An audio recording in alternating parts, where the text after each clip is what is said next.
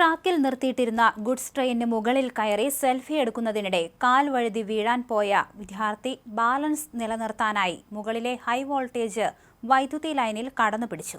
പയ്യോളി സ്വദേശിയായ മുഹമ്മദ് സിനാനാണ് ഇത്തരത്തിൽ ദാരുണമായ അപകടത്തിൽപ്പെട്ടത്.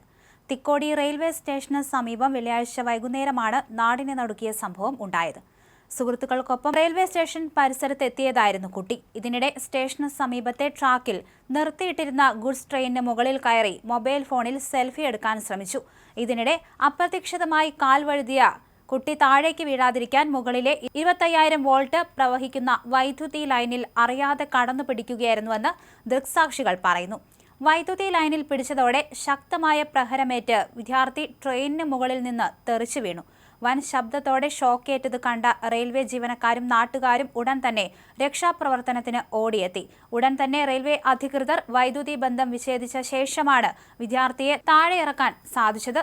അപകട സമയത്ത് കുട്ടിയുടെ വസ്ത്രങ്ങൾ ഉൾപ്പെടെ തീപിടിച്ച നിലയിലായിരുന്നു. 60% പൊള്ളലേറ്റ വിദ്യാർത്ഥിയെ അതീവ ഗുരുതരാവസ്ഥയിൽ കോഴിക്കോട് മെഡിക്കൽ കോളേജ് ആശുപത്രിയിൽ പ്രവേശിപ്പിച്ചു. നിലവിൽ തീവ്രപരിചരണ വിഭാഗത്തിൽ വിദഗ്ധ ഡോക്ടർമാരുടെ നിരീക്ഷണത്തിലാണ്. ശരീരത്തിന്റെ ഭൂരിഭാഗവും ഗുരുതരമായി പൊള്ളലേറ്റതിനാൽ അതീവ ഗൗരവമായി നില തുടരുകയാണ്. റെയിൽവേ ട്രാക്കുകളിലും ട്രെയിനുകൾക്കും മുകളിൽ കയറി സെൽഫി എടുക്കുന്നത് വലിയ അപകടങ്ങൾക്ക് കാരണമാകുമെന്ന് റെയിൽവേ നിരന്തരം മുന്നറിയിപ്പ് നൽകിയിരുന്നു. ഇത് അവഗണിക്കുകയാണ് പലരും ചെയ്യുന്നത്.